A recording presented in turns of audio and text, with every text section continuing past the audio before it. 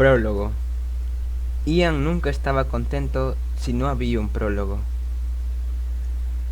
Podría ser yo la mala de esta historia. Incluso ahora es difícil saberlo.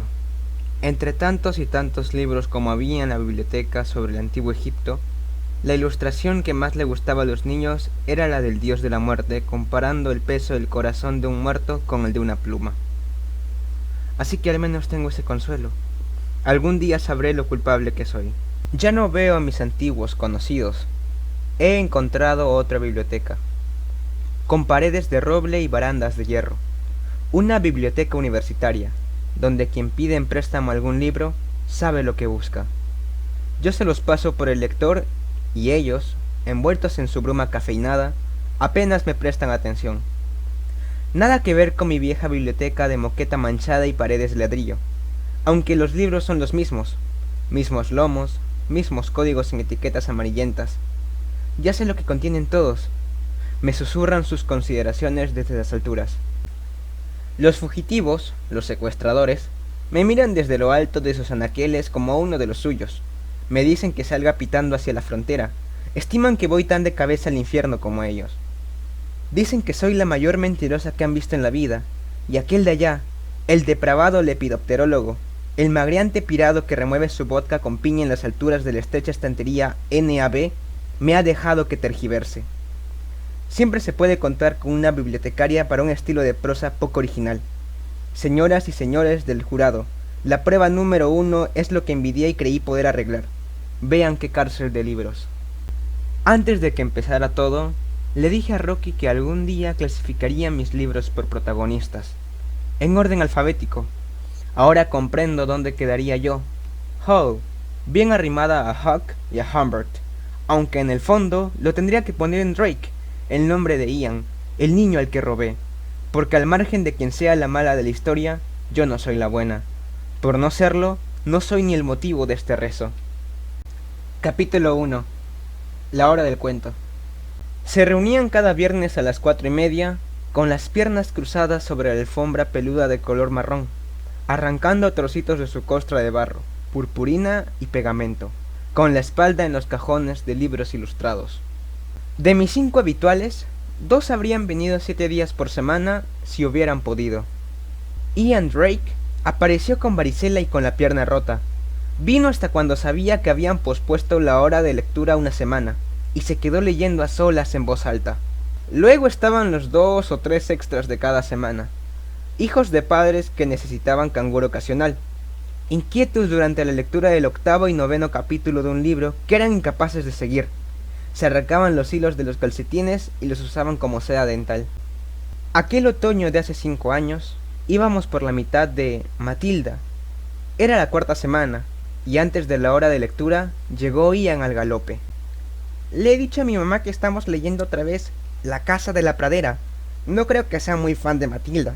Ni siquiera le gustó el super zorro. Se peinó con los dedos. ¿Trato hecho? Asentí con la cabeza. Mejor que no se preocupe. Aún no habíamos llegado a la parte mágica, pero Ian ya lo había leído en secreto, acuclillado junto a la estantería de Roald Dahl, y sabía a qué atenerse. Se fue dando brincos por el pasillo de las biografías y volvió por el de ciencias, con la cabeza ladeada para leer los lomos. En ese momento se acercó Lorraine Best, la bibliotecaria jefa, que por suerte no nos había oído conspirar, y observó cómo se reunían en la alfombra los primeros niños.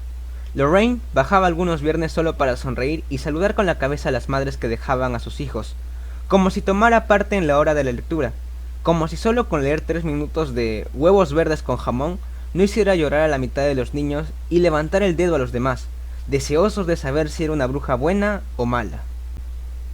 Ian volvió a desaparecer. Esta vez llegó por Historia de América, tocando todos los libros de la hilera superior derecha. Prácticamente vive aquí, ¿no?, susurró Lorraine. Este pequeño homosexual. Que tiene 10 años, dije yo. Dudo que sea algo sexual. Mira, Lucy, lo siento, no tengo nada en contra de él, pero ese crío es gay. Lo dijo con el mismo tono de satisfacción por su propia magnanimidad imaginaria que usaba mi padre cada vez que hacía referencia a Ofelia, mi secretaria negra. Ian, que estaba en narrativa, Se puso de puntillas para sacar un libro grande y verde de uno de los estantes superiores. De misterio, con el personaje azul de la etiqueta mirando con la lupa desde el lomo.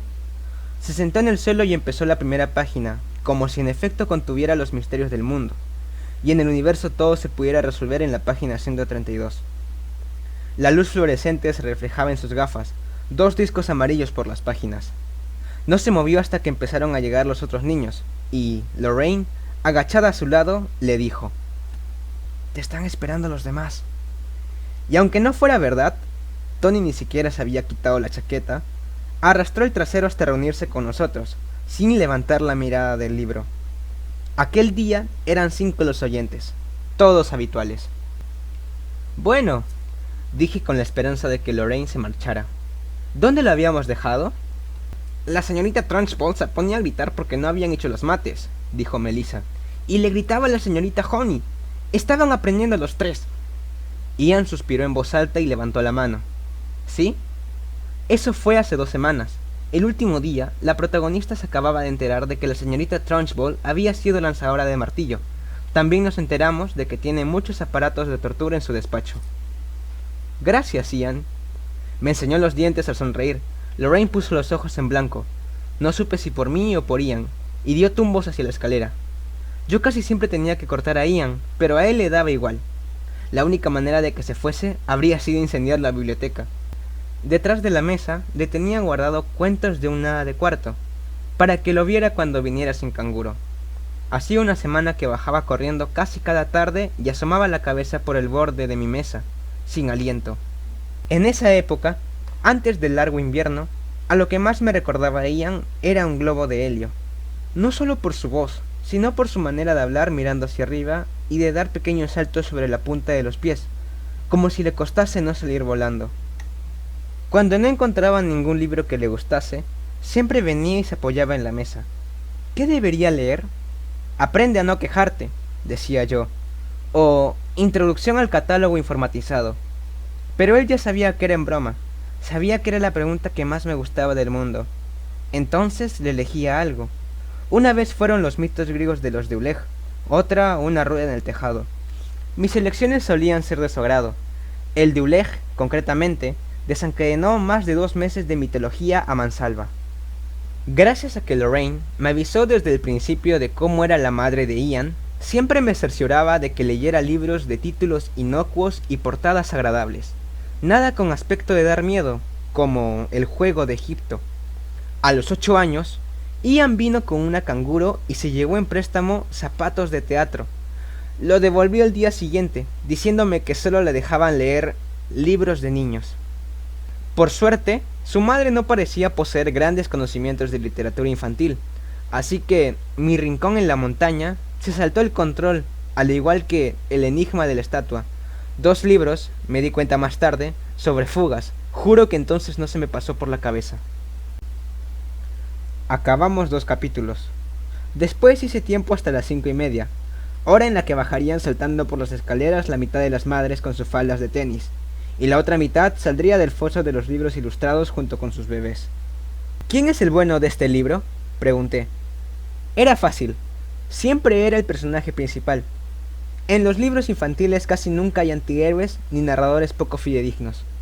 Aaron parecía tener ensayada la respuesta desde varios días atrás. «En el fondo, la buena es Matilda, pero la señorita Honey también es un poco buena, porque es muy simpática». «¿Y el malo?». «La señorita Crunchbull», gritó Tessa, «aunque sea la directora, y las directoras suelen ser simpáticas». «Sí», dije, «creo que tienes razón». Son bastante sensatos a la hora de identificar la maldad, aunque el malo no lleve una máscara negra. Alguno que otro, inteligente, entiende la amplitud que puede alcanzar esa categoría. «Porque el malo puede ser cualquiera, como un conejo en el jardín», dijo Tessa.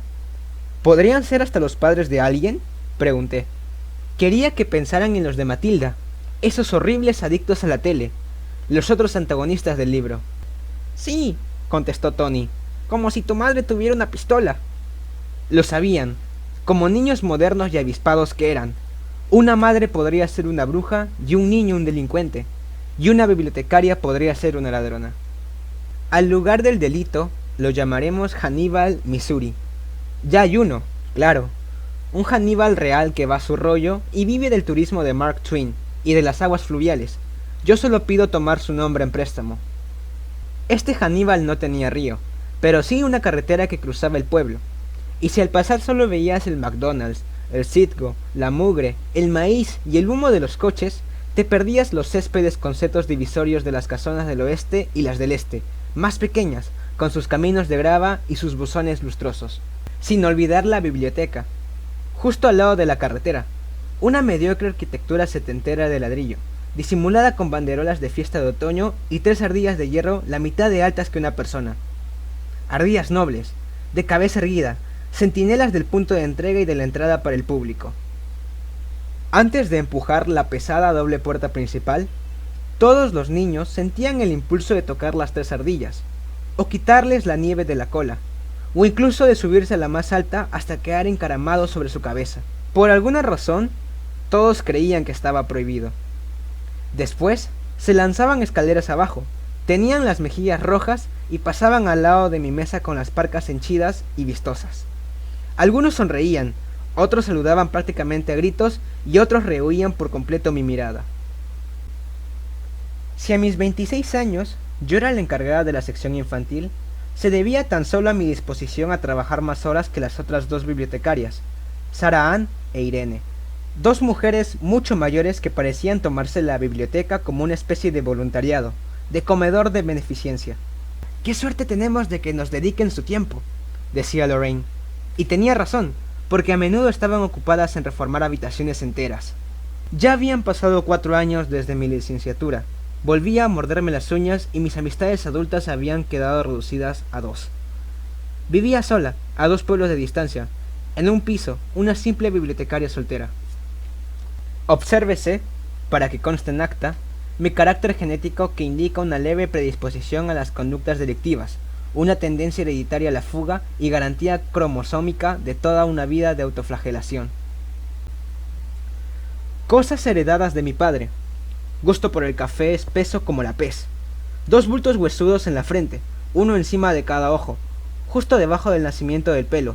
No era ni traumatismo de nacimiento ni caída al suelo, solo enfermeras frotando mi frente con perplejidad, y mi padre demostrando los suyos, a modo de explicación. Si los malos de esta historia no somos nosotros dos, ¿a qué vienen estos cuernos de familia? Un temperamento revolucionario, cuyos orígenes van mucho más allá de mi tatarabuelo bolchevique. Medio apellido, Hulkinov, abreviado a Hul por un juez neoyorquino, chiste que se les pasó por alto a los oídos migrantes de mi padre, que, con sus zapatos de refugiado, era una cáscara a Hul de su yo ruso. Pelo ruso claro, color de nada de nada. El emblema familiar que se trajo mi padre de Moscú en un anillo de oro macizo, con su relieve de un hombre que sostiene un libro en la mano derecha y en la izquierda una cabeza cortada y ensartada en una pica. Este Hulkinov, el más célebre de la familia, fue un guerrero erudito del siglo XVII, que al oír un eco de claridad dejó sus esmerados volúmenes y fue a luchar por la justicia, la libertad o el honor. Y aquí estoy yo, al final del linaje, una bibliotecaria delincuente del siglo XXI. Profundo sentimiento de culpa ruso. Cosas heredadas de mi madre. Sentimiento de culpa judeoamericano de 1 kilómetro de grosor. Hasta aquí el escenario y los personajes principales. Ya estamos incrustados en los puffs. Empecemos.